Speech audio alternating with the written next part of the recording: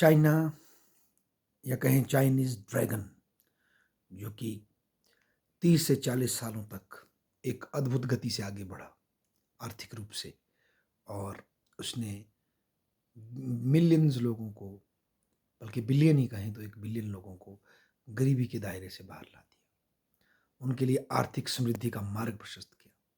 पर अब वो चाइनीज़ ड्रैगन जो है थोड़ा मोटा हो गया है हम कह सकते हैं, या उसके पंखों में दिक्कत आनी शुरू हो गई और उसकी जो स्पीड है विकास की, उसमें दिक्कतें आनी शुरू हुई।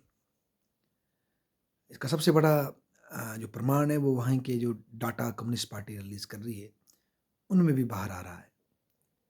अगर एक एग्ज़ाम्पल दें, तो जो चाइना में जो एफडीआई थी, जो एक वक़्त में 330, 340 ये बता रही है अखबार, एक वक़्त में 330, 340 बिलियन या सॉरी ये है बिलियन तक पहुँचती थी।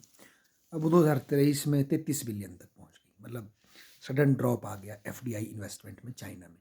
मोरओवर यूएस के जो चिप मेकिंग कंपनीज़, जो leading chip making companies US की थी वहाँ पर, अब वो ग्रेजुअली जो है शिफ्ट कर रही है और जगह को। उसमें मलेशिया आ गया, इंडिया आ गया, सिंगापुर आ गया, उधर को ये धीरे ग्रेजुअली शिफ्ट कर रही है। ऐसे ही ब्रिटेन, जापान, ये सब अपनी जो इन्वेस्टमेंट है चाइना से धीरे-धीरे डिकपल कर रहे हैं। कारण इसका एक तो चाइना अमेरिका की एक प्रतिद्वंदी के रूप में सामने आ रहा है। मोरओवर चाइना की जो हिस्टोरिकल जो फॉल्ट लाइन्स हैं वहाँ पर, जिसकी जो बाउंड्रीज़ को लेकर के, जो साउथ चाइना सी में, वहाँ पर उसकी असर्शन जापान के खिलाफ, साउथ कोरिया के खिलाफ, या ये फिलीपींस के खिलाफ, ताइवान के खिलाफ, ये सब यूएस के एली है और इनकी और चाइना के इंटरेस्ट में अब दिक्कत आ रही है। चाइना असर्ट कर रहा है अपने स्फीयर ऑफ इन्फ्लुएंस को, तो ये सब उसको अपने स्फीयर ऑफ इन्फ्लुएंस को श्रिंक होता देख रहे हैं। तो इसको लेकर के दिक्कत आ गई है।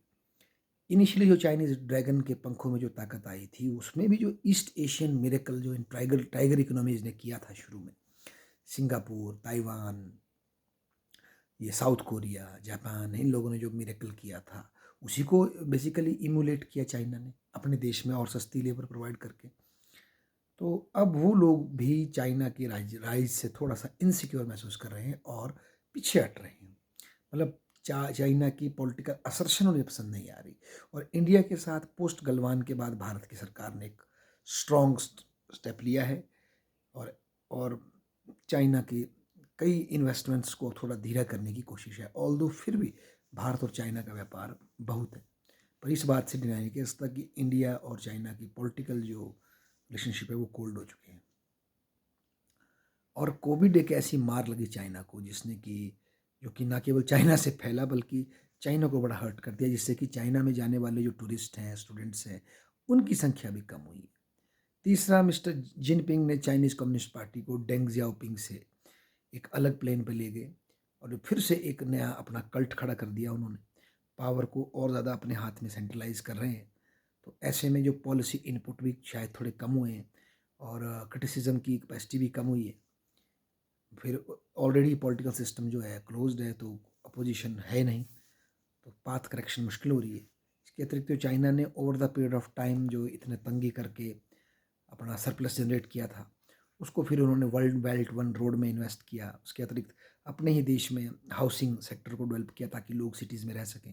पर आज क्या हो गया, क्योंकि ये डेवलप करने वाली फर्म्स के लिंक पार्टी से थे और स्टेट की बैकिंग थी फंडिंग में, तो इसलिए वो डिमांड सेंसिटिव ना रहे। और आज चाइना में हाउसिंग मार्केट गलट पैदा हो गया है, बहुत सारा घर बन चुके हैं पर रहने वाले लोग हैं नहीं। तो ऐसे में ये भी एक बहुत बड़ा संकट आ गया है और अब उस लोन को राइट ऑफ करना पड़ेगा, उसकी कॉन्सिक्वेंसेस पे करने पड़ेंगे। तो इसके अपने कॉन्सिक्वेंसेस होंगे जो कि बेरोज़गारी और दूसरी चीज़ों में आएँगे। एक और बात जो कि शुरू में चाइना की स्ट्रेंथ बनी, अब वो उसको दिक्कत कर रही है, वो है चाइना का बड़ा हार्श वन चाइल्ड पॉलिसी को इम्प्लीमेंट करना। अब सडनली चाइना एक ऐसी स्टेज पे पहुँचा है, कई सालों बाद, जब यंग पीढ़ी बहुत कम हो चुकी है और बुज़ुर्ग डिपेंडेंट और बच्चे ज़्यादा हैं। और अब चाइना स्ट्रेस कर रहा है कि हमें 2 बच्चे या 2 से अधिक बच्चे पैदा करने चाहिए हमारी हान आबादी को। परंतु अब वो जो एक इकोसिस्टम बिल्ड हो गया है उसको तोड़ना मुश्किल हो रहा है। और सडनली अब चाइना में कंजप्शन में भी डाउन टर्न आना शुरू हो गया है।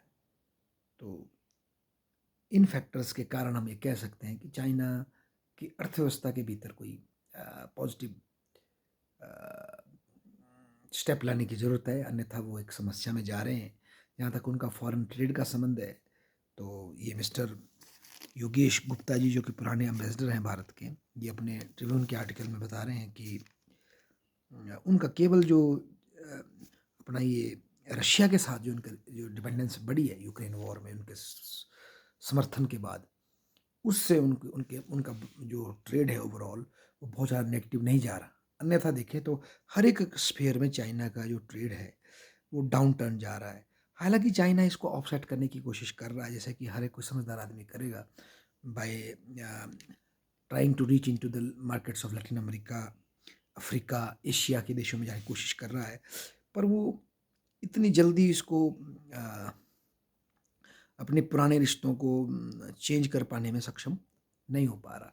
और यही बात दूसरी तरफ भी है कि एकदम से यूएस, जापान, जर्मनी, यूके एकदम से, या साउथ कोरिया एकदम से चाइना से या ताइवान डिकबल नहीं कर सकते। ग्रेजुअली कर रहे हैं, जिस तरह से हाल ही में भी भारत में जो ये चिप मेकिंग कंपनी सिंगापुर और से आ रही है या ताइवान से आ रही है, तो ये सब उसी तरफ ग्रेजुअल स्टेप है। पर नंदलेस एक सेकुलर डिकपलिंग दिख रही है ट्रेंड।